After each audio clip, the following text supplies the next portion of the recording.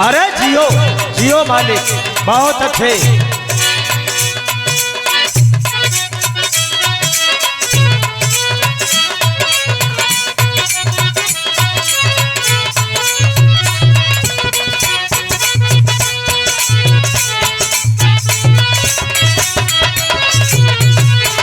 अरे वाह, क्या बात है, जियो।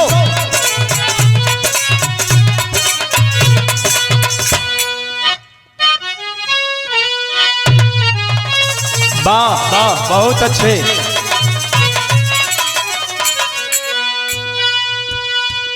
अरे सवरिया रे गोइया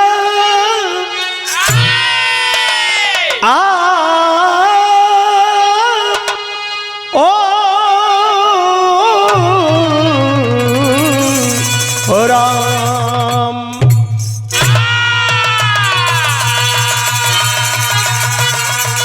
वाह वाह,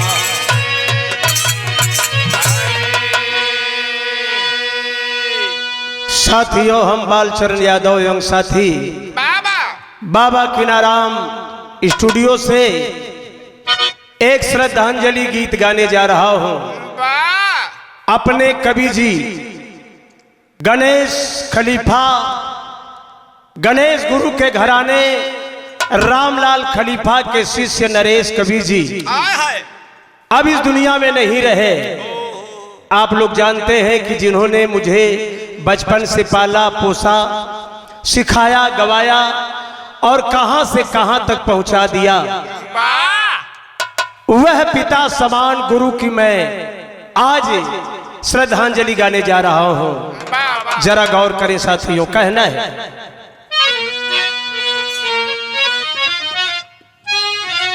वाह।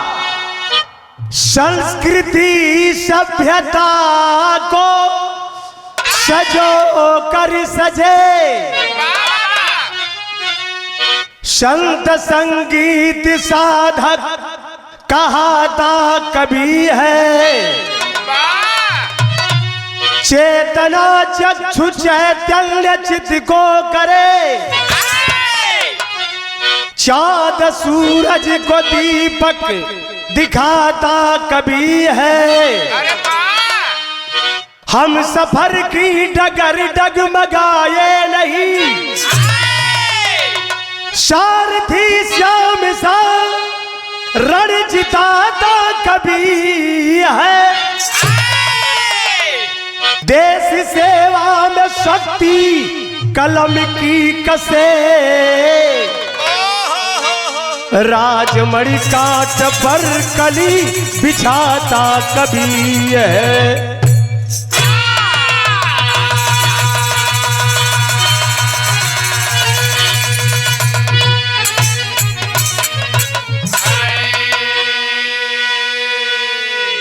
वाह बारे कवि, देश सेवा में शक्ति कलम की कसे, राजमणि कांट पर कली बिछाता कवि है। यह भाव है कव्वाली में। कैसे मास्टर?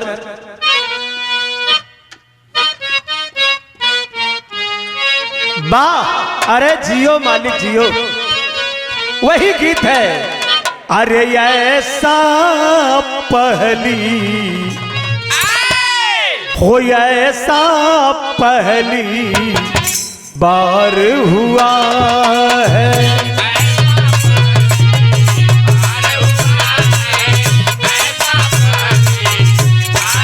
जिया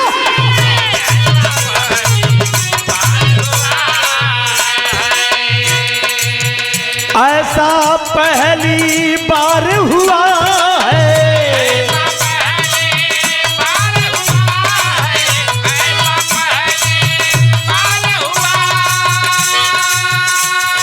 अरे ऐसा पहली बार हुआ है। अरे हमको किसी से प्यार हुआ है। प्यार, क्या बात है।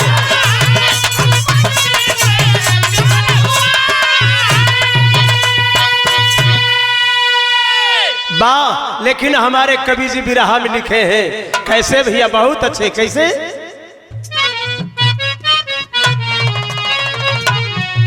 अरे गीतों से,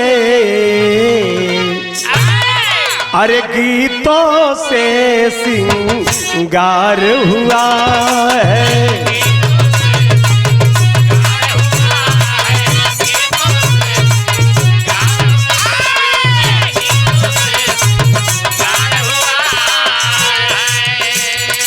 अरे गीतों से सिंगार हुआ है,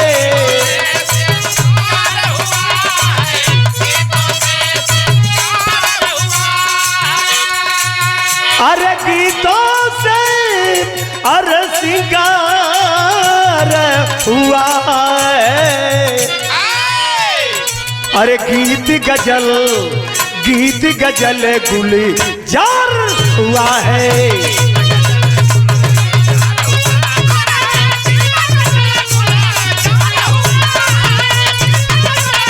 भैया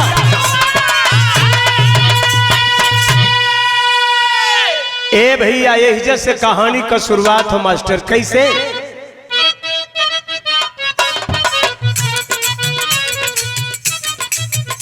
संगीत या साहित्य की पहचान कभी है,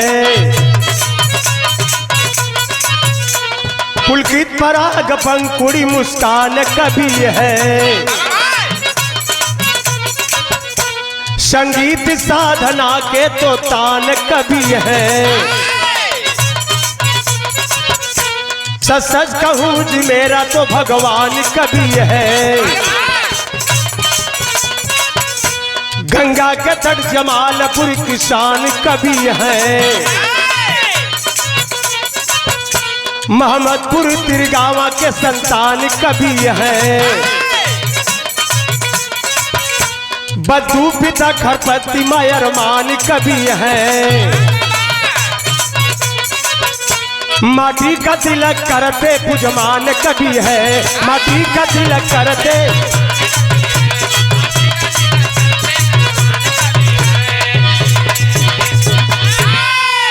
साथियों, माँ गंगा की पावन गोद में बसी गांव सभा जमालपुर में दो गांव मोहम्मदपुर एवं तिरगावा।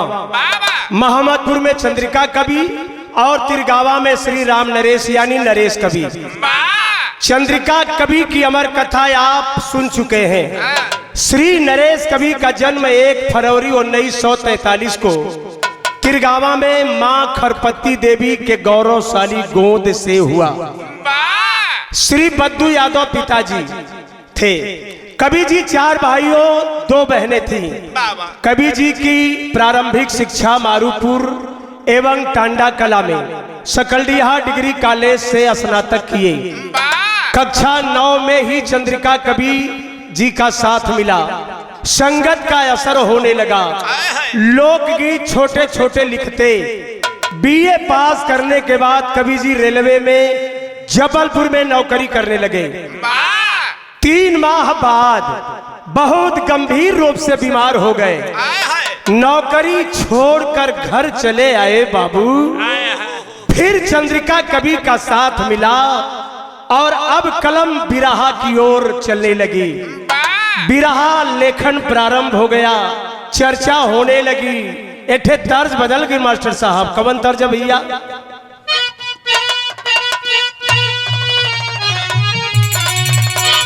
वाह वाह वाह, तर्ज है हो। ई तर्ज के हमरे उस्ताद रामदेव उस्ताद अपने जवानी के आलम में गावे। आवे तर्जवा के हमहनो गावे शुरू कैली। कैसे गौली मास्टर? अरे गिर गिर जाला नार बुनावा, अरे गिर गिर जाला नार बुनावा, गिर गिर जुलोनो। हाँ अरे पिया मोरे जाई के बसेला बिहारा दुनावा रे बुनावा, गिर गिर जाला ना।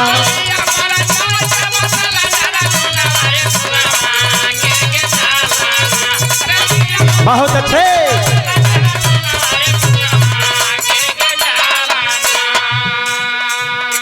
वाह बारे हमारे नरेश कवि जी कविता लिखने लगे, बिरहा लिखने लगे। होता है क्या, कवि जी लिखे हैं कैसे? अरे झुम झुम गावन नारे गया नवा, अरे झुम झुम गावन नारे गया नवा, झुम झुम गुमना। अरे बिरहा के चौकट पर पड़ला चरणवा गया नवा, झुम झुम गावना। बिरहा के चौकट पर पड़ला चरणवा, जिया भैया।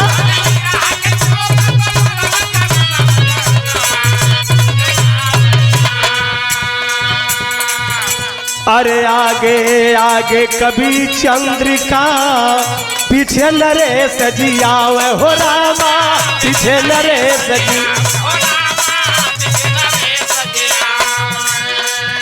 अरे लंका में कैसे होगी जानकी, अरे पहाड़ी की तरह चनवा गया नवा, झुम झुम गावना।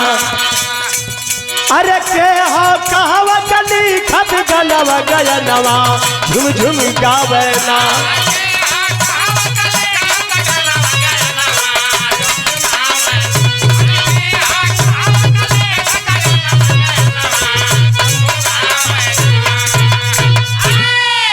कभी नरेश कवि जी बिरहा लिखने लगे, उनकी बिरहा हिट होने लगी। अखाड़े के तमाम बिरहा गायक लोग गाने लगे। ए भैया शोहरत मच गई। आगे आगे चंद्रिका कवि जी का साथ मिला। चंद्रिका कवि जी चल रहे तो पीछे पीछे नरेश कवि जी भी। ए भैया एक लाइन और कहना है, कैसे भैया? अरे पद चिन्हों पर चलते चलते कविवर कलम चलावे हो रामा।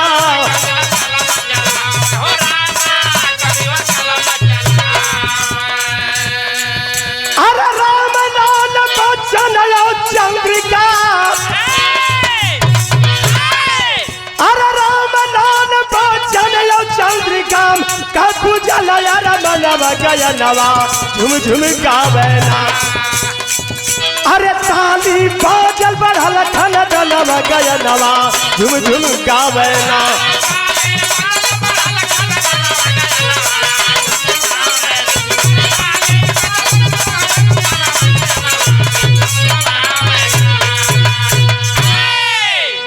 हमारे कवि जी पहली बिरहा रामायण से लिखी गई, जिसकी टेरी थी रोवे रघुराई जंगल में बन वियोगी, लंका में कैसे होगी जानकी। महाभारत से एक बिरहा लिखे थे, उसकी टेरी थी। भाव था लड़ने लगा कर्ण जब बजा शंख छहुओर, रणमंडल पीछे शोर हो गया। एक और गाना रहल टेरी कर रहल महाभारत का कि करता भ्रमर रमण सौरभ सुगंध को पाके, कल पाके ममता वाली गोदिया। उस समय के अच्छे अच्छे कलाकार गीतों को गाने लगे।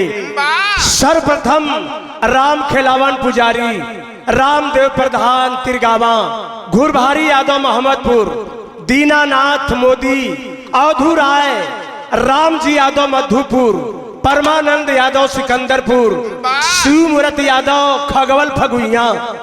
इसी बीच पूर्व जिला परिषद के चेयरमैन मार्कंडे महादेव कैथी निवासी श्याम बिहारी सिंह के आदेश पर कवि जी प्राइमरी स्कूल लेढ़ूपुर आशापुर में शिक्षक बन गए। शिक्षण और बिरहा लेखन दोनों कार्य साथ साथ होने लगा। तो कहना है कवि जी लिखे हैं, भाव है कैसे मास्टर?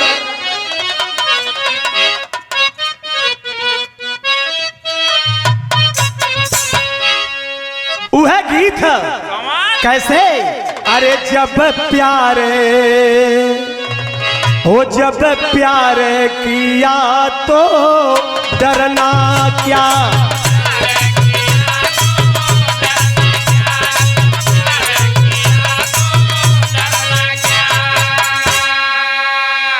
अरे प्यार किया कोई चोरी नहीं की, अरे छुप छुप के आए वरना क्या।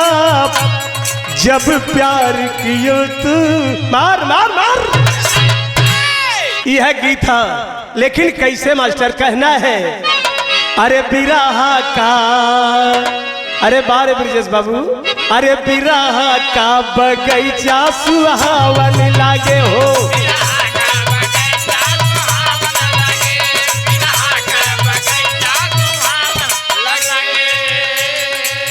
आशीर्वाद लगा गुरुवर का, अरे बिरहा बहुत मन भावन लगे, बिरहा का बगैचा सुहावन लगे।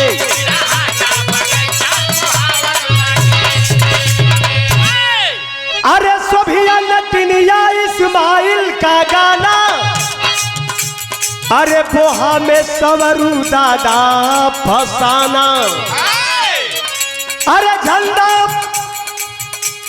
झंडा रुस्तम सोहराब का गाना, अरे झंडा रुस्तम सोहराब का गाना। अरे ताजा सिराज सुख पावन लगे, बिरहा का बगैचा सुहावन लगे।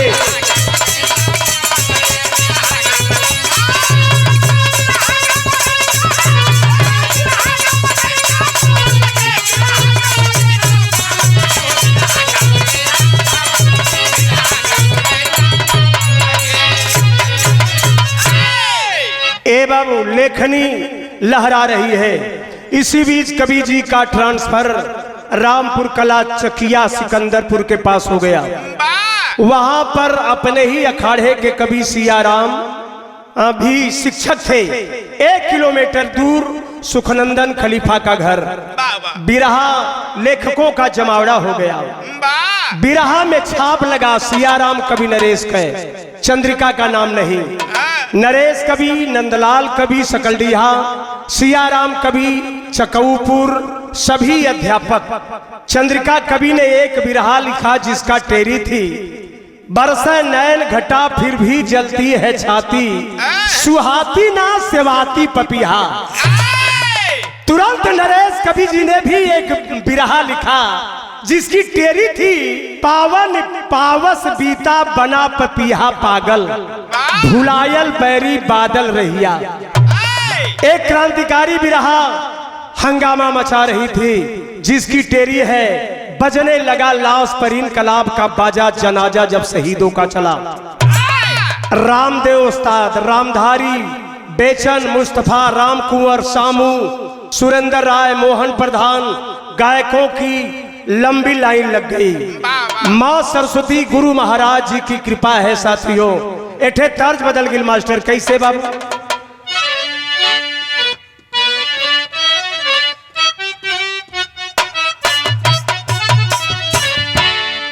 वाह वाह वाह, कवि जी की लेखनी आगे बढ़ी, कैसे होता है क्या? तर्जु है कि तारे ओ तारे तारे कितने नील गगन में, तारे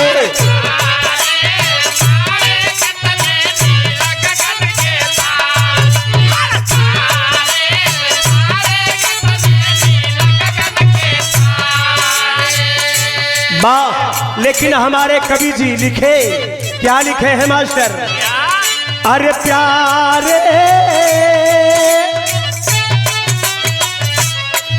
अरे प्यारे प्यारे लागे गीत गजल गुलजारे,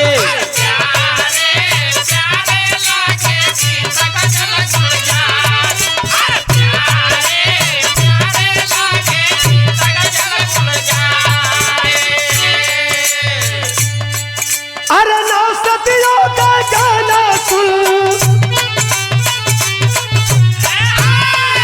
अरे नौ सदियों का गाना सुन, तड़ तड़ ताने ललकारे। अरे प्यारे प्यारे लागे गीत गजल गुलजारे। बहुत अच्छे, जियो ब्रजेश, क्या बात है। नौ सतियों का गाना सुन तड़ तड़ ताली ललकारे। 9 सतियों का गाना लिखे थे कवि जी, नरेश कवि जी। और कवन बिरहा लिखले रहला? अरे घड़िया चल की बिरहा ख्याति खूब कमाई,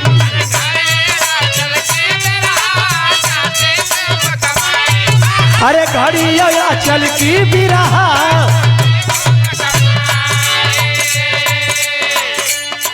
अरे बाल चरण तिरगावा वाला बिरहा में गए छाई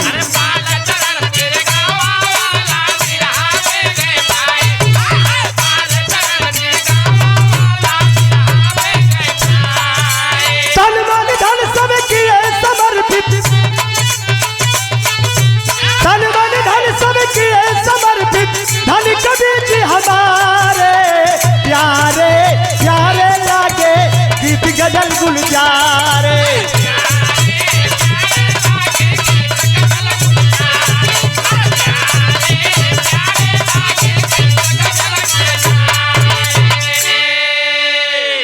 कुछ गीतों की झलक सुनिए। लेखनी बुलंदी पर है साथियों। एक बिरहा लिखे टेरी थी शकुंतल संज्ञा संध्या सिया सुभद्रा श्यामा सतभामा सती सैब्या भई बिरही। 9 सतियों का बिरहा है। और एक और बिरहा घड़ी पर लिखे थे, घड़ी के ऊपर गौर करेंगे। उसकी टेरी थी मचले मदन गुफा में बिहवल भय फुलवारी से हरवा बिन कुंवारी दुल्हन। ए भैया टेरी रहल। एक तिसरकी बिरहा रहल निर्मम निबिड़ निशा में निरखत नित्य निराशा आशा में श्वासा लेती नाम की। एक गणित की बिरहा लिखे। गणित का बिरहा लिख रहे कि नाप कर सही सही आधार पर कोण बनाया सजाया एक तस्वीर रेखा में। ए भैया कवि जी के का एक निर्गुण निराला था जो अपने समय में तहलका मचाया था। कैसे है मास्टर? नैहरे में लागे सब चोर सांवर गोरिया और नैहरे में लागे सब चोर। ये निर्गुण लिख रहे बड़ा तहलका वो समय मचल रहा है निर्गुण के। लेकिन भाव है कैसे मास्टर? अरे रंगोली हीरे मोती से सजी अरे रंगोली हीरे मोती ओ रंगोली हीरे मोती से सजी अरे बिंदु बन गया सिंधु निकल गई रत्नों की झोली। ए भैया भाव यहाँ कवि जी लिखे हैं कि नित नित निखरे नव नव गीत पुष्प पल्लव फूल गीत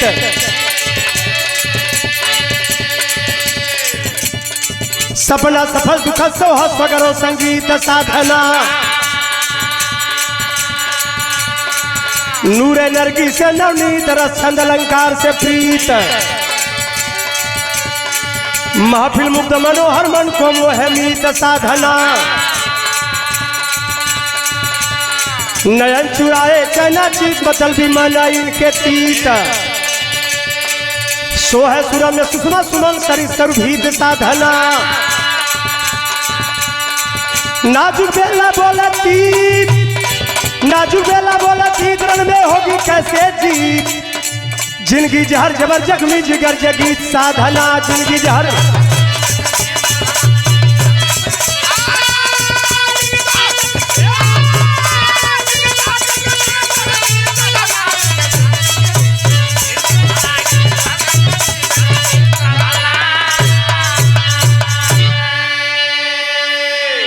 ए भैया चंद्रिका कवि के अमर होने के बाद नरेश कवि ने अपने गीतों में चंद्रिका का छाप रखा। पहले ऐसा नहीं था। नित नित गीत लिखने लगे। आखिरकार होता है क्या मास्टर? कोरोना है, ग्राम प्रधान बीडीसी जिला पंचायत का चुनाव है। कवि जी चिंतित है, परेशान है। 80 की उम्र हो गई है, शरीर साथ नहीं दे रही है। आखिरकार बाबूजी होता है क्या मास्टर? यहाँ कवि जी लिखे, क्या लिखे हैं मास्टर?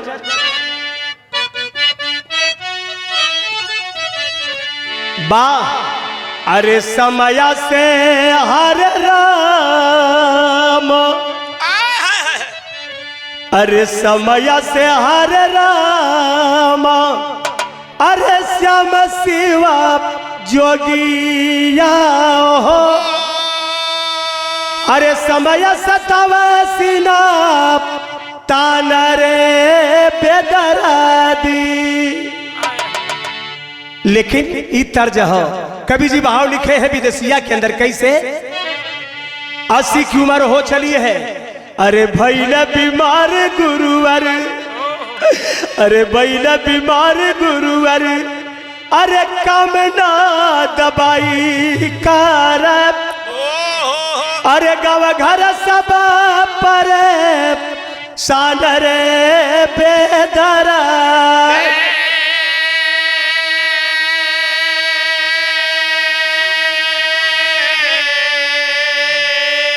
अरे सवरू जवाब देहल, डॉक्टर सवरू जवाब देहल, ऑक्सीजन चंदौली लागल, विधान का विकट विधान रे बेदरा।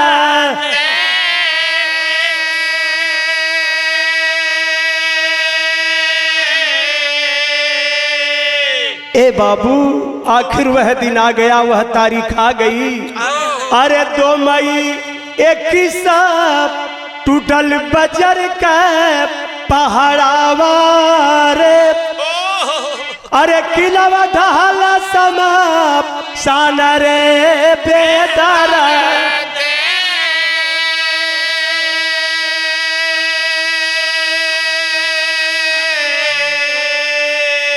अरे मटिया में मिल गईल, अरे मटिया में मिल गईल, अरे नूरा को है नूरा हूरा, अरे भारी भीड़ जुटली मकान रे बेदरा।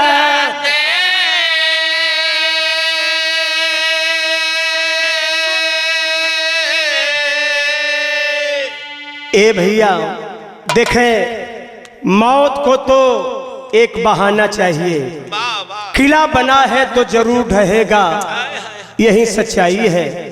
प्राण रक्षक सारे इलाज असफल रहे, कोरोना में रोक के बावजूद लोग कवि जी के घर पहुंचने लगे। मातम पसरा है, कौन रोए कौन चुप कराए बाबू। चारों तरफ जंगल में आग जैसी खबर फैली, हित मीत शिक्षक बिरहा से जुड़े लोग शोकाकुल हैं। 2 मई 2021 को सायं 7 बजे आत्मा विलीन परमात्मा में हो गई बाबू। 2/5/2021 ब्लैक संडे रहा, काला रविवार हो गया।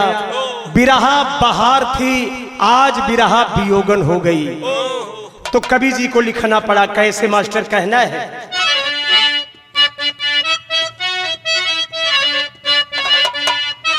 वाह तरजू है बा, बहुत पहले थे बिरहा गौले रही, वही में यह तर्ज रहल। हमारे घुघुटा पर, हमारे घुघुटा पर बैठे मैना, चिड़ई उड़ावले न उड़ पालू हो। हमारे घुघुटा पर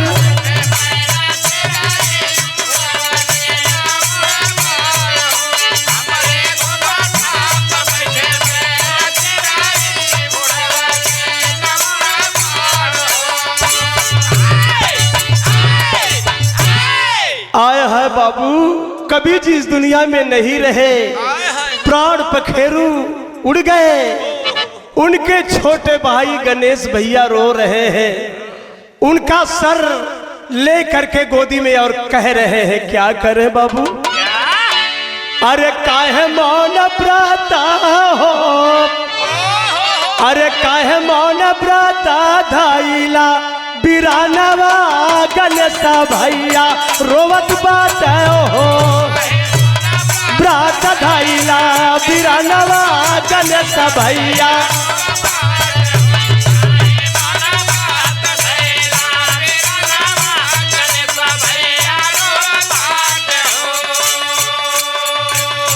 अरे सबके खाया भैली हो, सबके खाया भैली पपिया, कसाइया सतीसा सुधा खोवत बाटे हो।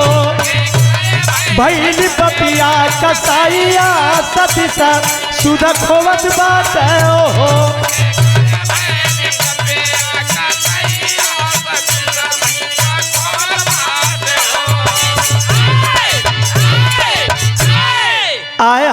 छोटका भैया गणेश भैया रोवत हुआ कि आए हो भैया। अरे बड़का भैया तो पहले ही साथ छोड़ दिल हो भैया, और हमसे छोट भैया भी साथ छोड़ दिल। तो ही तो एक सहारा रहला, भाई रहला, तोहके देख के जिंदगी बितावत रहली, लेकिन तहू साथ छोड़ देला भैया। आए है लेकिन एक बिटिया बा जेकर नाम हो प्रतिमा, उ रोवत बा कैसे बाबू कसर लाश के देख के लाशी पर गिर के रोवत है मास्टर। अरे बिटिया प्रतिमा ता प्रतिमा होई गईली, ओहो यह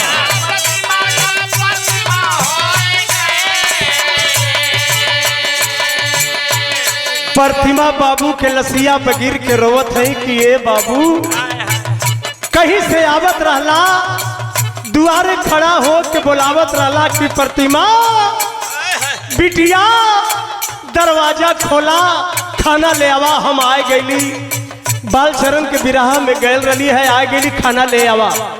आए है बिटिया प्रतिमा रोवत है, रो रो के कहते हैं कि आए हो बाबू, आए हो पापा, कमर तोड़ देला हो पापा। लेकिन आज बिरहा जगत के हमारे कवि और मैं कैसे कवि जी यहाँ लिखे हैं आज एक लाइन और कैसे मास्टर। अरे राजमणि बालचरण हो, राजमणि बालचरण कवि विक्रम गुरु के अपने खोजत बात हो, कभी भी विक्रम गुरु के अपने खोजत, कभी भी विक्रम गुरु के।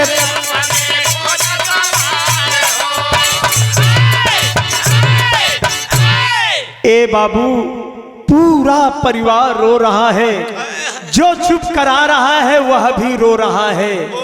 सब चल गयल हो, सब चल गयल, हम अकेला आज सतीश इतना बड़ा बोझ कैसे संभारब। लोग समझा रहे हैं ए भैया, आंगन की चार गौरैया चिड़ैया रो रही है पापा के गईले के बाद।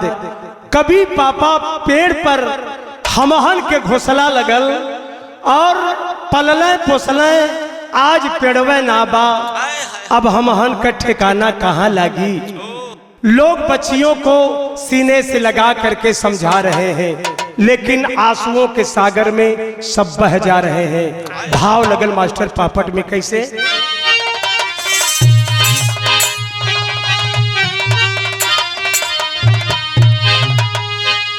अरे करनी से ईश्वर बन जाला अब बुझाला हो, अरे परोपकारी साधु ही बुझाला अब बुझाला हो।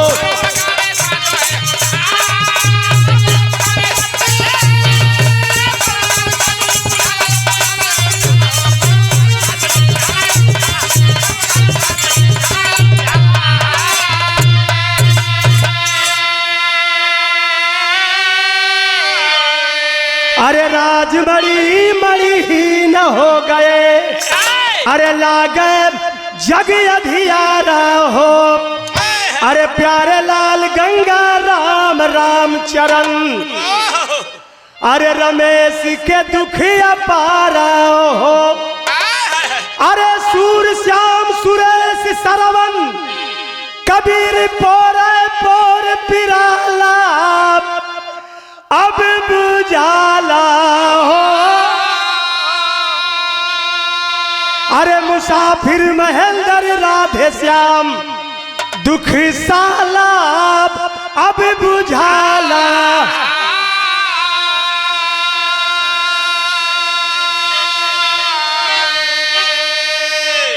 कवि जी के मौत का समाचार सुनकर के बिरहा शोक सागर में बिरहा के लोग डूब गए। बिरहा के श्रोता हो, कवि हो, बिरहा गायक कलाकार हो, सभी शोक सागर में डूब गए। कवि जी एक पेशे से शिक्षक भी थे, प्राइमरी और मिडिल स्कूल में पढ़ाते थे। पढ़ाने के बाद रिटायर हुए थे। शिक्षा जगत में भी शोर मच गया, हंगामा मच गया, कोहराम छा गया। कवि जी नहीं रहे, हम लोग को छोड़ करके चले गए। लेकिन राजनीतिक क्षेत्र में भी हंगामा मचा है। एक लाइन और है, कैसे बाबू? कोरोना के बीच निकला आ कविवर का जनाजा हो, अरे कवि नरेश अमर रहे, गंगा तट चितवा साजा। अरे राम की सुन प्रभु से ना सहाला, अब बुझाला हो, अरे बिरहा और बिरहिया छटपटाला, अब बुझाला हो।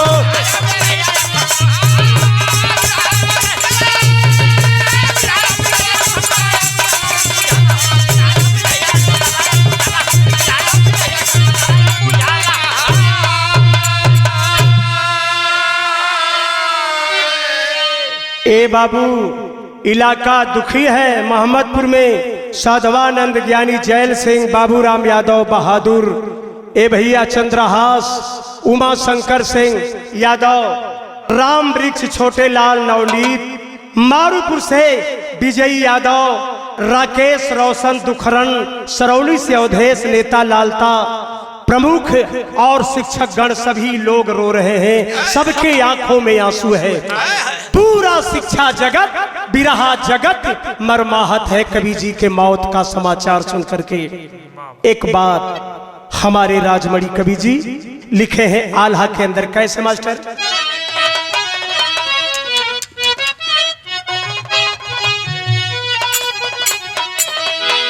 अरे जय हो भिखारी ठाकुर, अरे जय हो बंधारी दादा,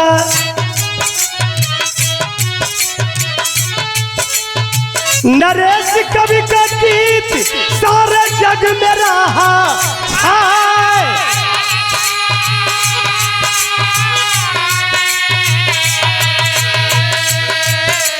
अरे जब तक सूरज चांद रही है, कभी वाली हमारा रही है,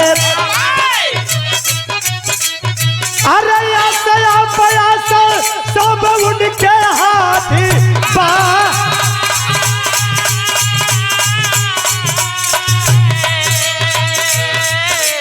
अरे सिंह ताली मोहम्मदपुरा, अच्छा करा भुजा हुआ बाबू, अरे सुख गए नहरिया न सब ही डूबल बा।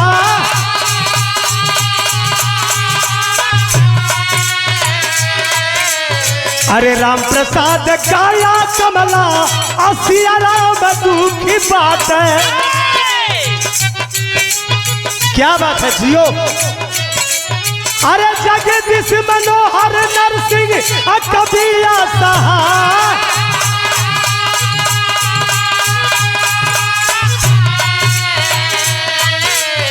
अरे हरिद्वार मंगल जोखन, अपर सिद्धन गम में डूबे। क्या बात है? अरे विश्वनाथ दुर्जन संग जबाज बिना था,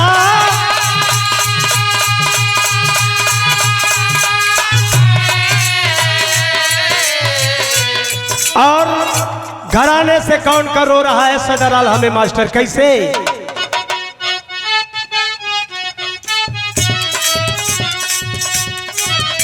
अरे विजय लाल नंदलाल मोहन पाल चरण ज्ञानी,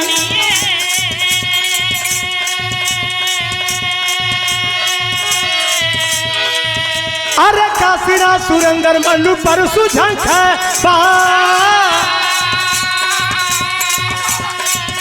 अरे मीरा मूर्ति रजनी गंधा चंचला सुरेंद्र, अरे बिरहा का बगिया रखिया भैया संभार हो।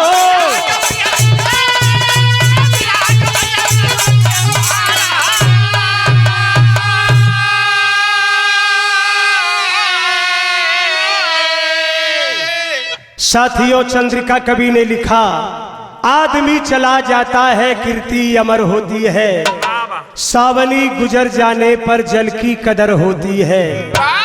तो एक बात कवि जी लिखे हैं, पूरा बिरहा जगत के कलाकारों ने, कवियों ने कवि जी को श्रद्धांजलि अर्पित किया, श्रद्धा सुमन अर्पित किया कि कवि जी का इस समय कोरोना काल में जाना बिरहा जगत के लिए अपूरणीय क्षति है।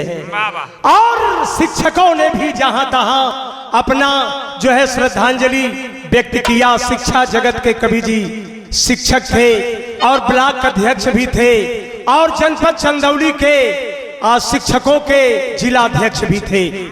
तो एक बात खड़ी में कवि जी लिखे हैं कैसे, बारे प्रकाश भाई जियो।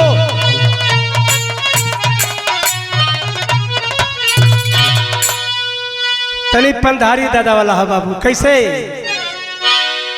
अरे अब ना मिली हो भाई, अब ना मिली है बाबू, अब ना मिली। अरे कभी नारेस करने खालिया, अब ना मिली।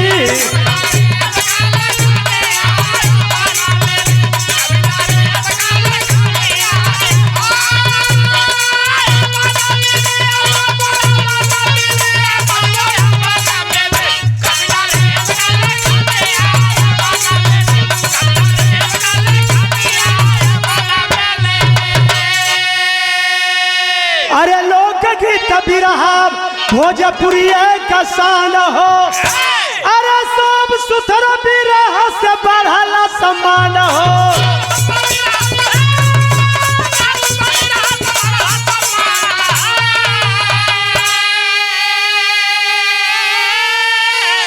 अरे अब ना मिली ए भैया, अब ना मिली ए बाबू, अब ना मिली। अरे पूजा बादे गुरचारा लिया, अब ना मिली।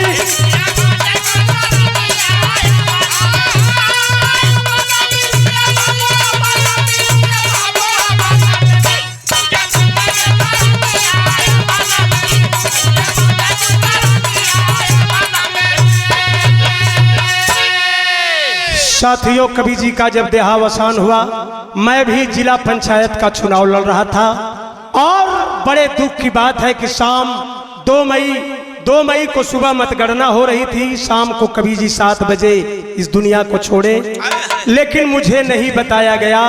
मैं अपने जिंदगी का बिरहा के अलावा चुनाव में संघर्ष कर रहा था।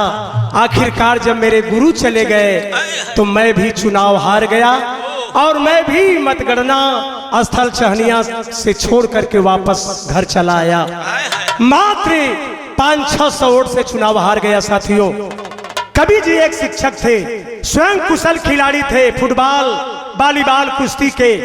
अपने बच्चों को टूर्नामेंट में मंडल तक ले गए थे। एक शिक्षक नेता भी, ब्लॉक अध्यक्ष और जिला अध्यक्ष भी रहे। दीन दुखियों की मदद भी करते रहे।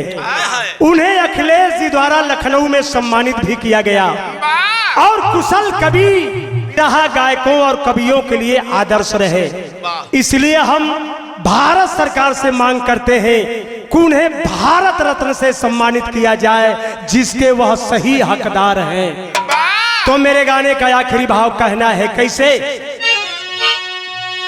गुरु गणेश गुरु रामलाल चंद्रिका के पद पावन, बिरहा सम्राट कवि नरेश का लागगी सुहावन। अरे रंगोली हीरा मोती से सजी, राजमणि पाल चरण का गीत मधुर रस घोली, रंगोली हीरा मोती से सजी।